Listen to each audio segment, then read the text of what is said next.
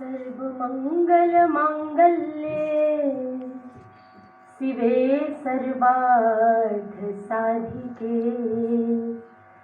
शरण्ये त्र्यम्बके गौरी नारायणी नमोस्तुते नारायणी नमोस्तुते नारायणी नमोस्तुते।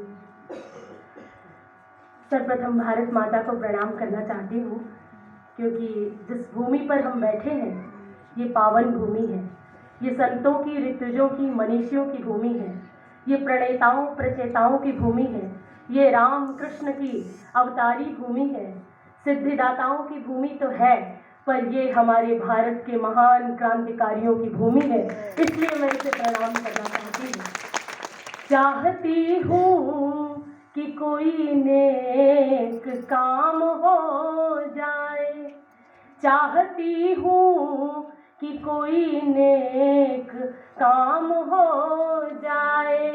मेरी हर सांस वतन के ही नाम हो जाए। मेरी हर सांस वतन के ही नाम हो जाए। जो सर उठे तो मेरे सामने तिरंगा हो, जो सर उठे तो मेरे सामने तिरंगा हो। जो सर झुके तो वतन को प्रणाम हो, जो सर झुके तो वतन को प्रणाम हो जाए। ये मेरे भारत की मातृशक्ति यहाँ विराजमान है। माँ भारती को नमन करती हुई, परम पूज्य दीदी माँ जी के चरणों में कोटि कोटि प्रणाम करती हुई, रानी माँ गाइडेंलु को भी मैं अपना प्रणाम निवेदित करती हूँ।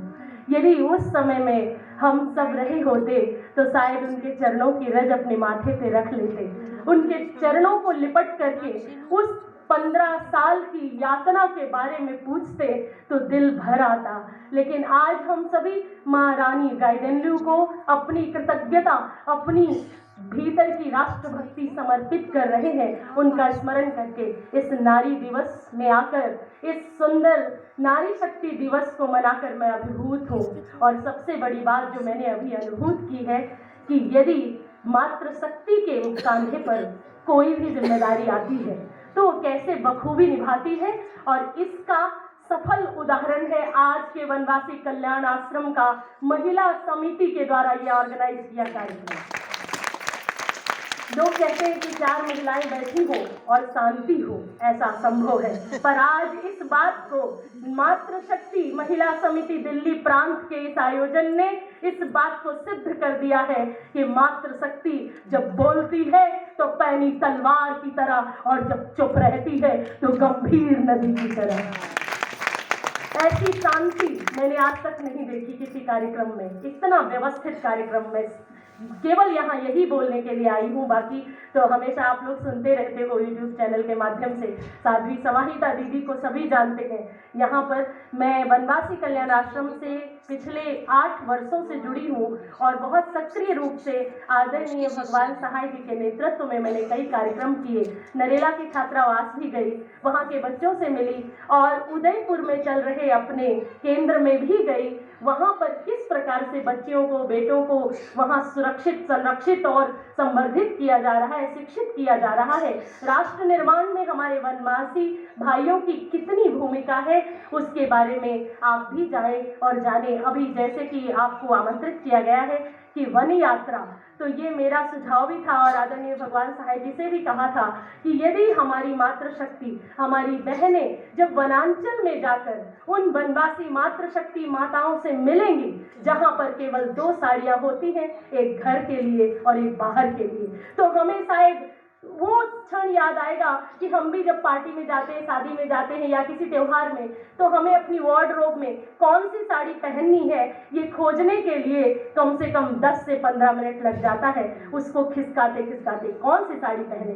तो क्या आपके एक साड़ी का कुछ अंश, एक साड़ी लेने का पैसा अगर हम वनवासी बेटियों की शिक्षा में लगा दें, तो क्या एक बेटी शिक्षित होकर महारानी गाइडेनलू जैसी, झांसी की रानी जैसी, प्रतिभा देवी पाटिल जैसी, या फिर हमारी भारत की प्रथम नागरिक द्रौपदी मुर्मू जैसी बन सकती है? तो हमारे छोटे से सहयोग से, छोटे से अनुदान से किसी की जिंदगी में रोशनी भर सकती है। तो आज मैं यही अपील करने आई हूँ कि वनवासी कल्याण आश्रम के साथ आप जुड़िए और आप जाइए, आप वहाँ देखिए, तब आपका मन और भरेगा और पिघलेगा और खुद पर और खुद की राष्ट्र भूमि पर, खुद के राष्ट्र की ऐसी स्वतंत्रता संग्राम सेनानियों पर, ऐसी जीवंत जो उदाहरण है उन पर बहुत ही स्वाभिमान और गर्व होगा। तो मैं 2 पंक्तियां कहती हुई अपनी वाणी को विराम दूंगी। पूज्य दीदी माँ जी ने बहुत पहले कह दिया था कि लोकसभा बासंती चोला पहन के जिस दिन आएगी, लोकसभा बासंती चोला पहन के जिस दिन आएगी, मेरे भारत की गली गली फिर वृंदावन बन जाएगी, मेरे भारत की गली गली। और आज वो समय आ गया है कि हम ये समझ रहे हैं कि हमारी भूमिका क्या है, हमारा अस्तित्व क्या है, हमारा समाज विघटित ना हो, संगठित हो, हम प्रेम के गीत गाएं, हम कुछ नहीं दे सकते तो सहानुभूति के 2 शब्द दें, हम भी अपने भीतर क्रांति जगाएं, क्योंकि अगर हम सोए रहे तो बात बनेगी नहीं, हमें जागना ही होगा। तो कहते हैं, जीना चाहते हो यदि आप स्वाभिमान से तो पहले स्वयं से ईमानदारी कीजिए। जीना चाहते हो यदि आप स्वाभिमान से तो पहले स्वयं से ईमानदारी कीजिए। और चाहते हो कि मस्तक झुके न कभी, और चाहते हो कि मस्तक झुके न कभी, पहले स्वयं से वफादारी कीजिए। ऐसा ना हो शत्रु आए और नींद में हो तुम, ऐसा ना हो शत्रु आए और नींद में हो तुम, अपने समय की पूर्ण तैयारी कीजिए। ऐसा ना हो शत्रु आए और नींद में हो तुम, अपने समय की पूर्ण तैयारी कीजिए। वंशज भगत के माँ भारती के कर्णधार, वंशज भगत के माँ भारती के कर्णधार, अपने विचार भी कुछ क्रांतिकारी कीजिए, अपने विचार भी कुछ क्रांतिकारी कीजिए।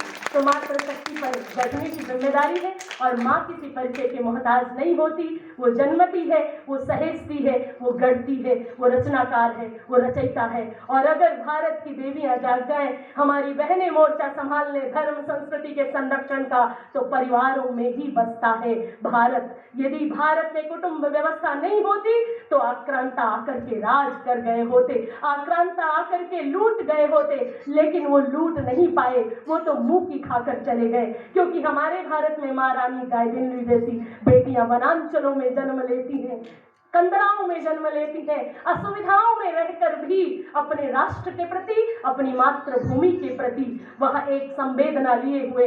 तो क्या पता कौन से क्षेत्र में, कौन से नगर में, कौन से शहर में, कौन सी गिर कंदरा में, कौन से वनांचल में कौन सी ऐसी बेटी है जो भारत का नाम रोशन करेगी। बस हमें एक कदम बढ़ाना है और प्रेम के गीत गाना है, उन्हें अपने आंचल की छांव प्रदान करनी है। इन्हीं शब्दों के साथ महारानी गाइडेनलू को स्मरण करते हुए, उनके पूज्य चरणों में प्रणाम करते हुए, इस कार्यक्रम की संयोजिका, इस कार्यक्रम में आए हुए सभी अतिथि, हमारी आदरणीय अनुराधा जी, हमारी मुख्य वक्ता अनुराधा भाटिया जी, श्रीमती मीनाक्षी गर्ग जी, डॉक्टर रमा जी अध्यक्ष, और समस्त मातृशक्ति को भारती वार्ष्णेय जी, वंदना गर्ग जी, आपने बहुत कुशल मन संचालन किया। मैं आपको प्रणाम करती हुई अपनी वाणी को विराम देती हूँ। जय श्री राम।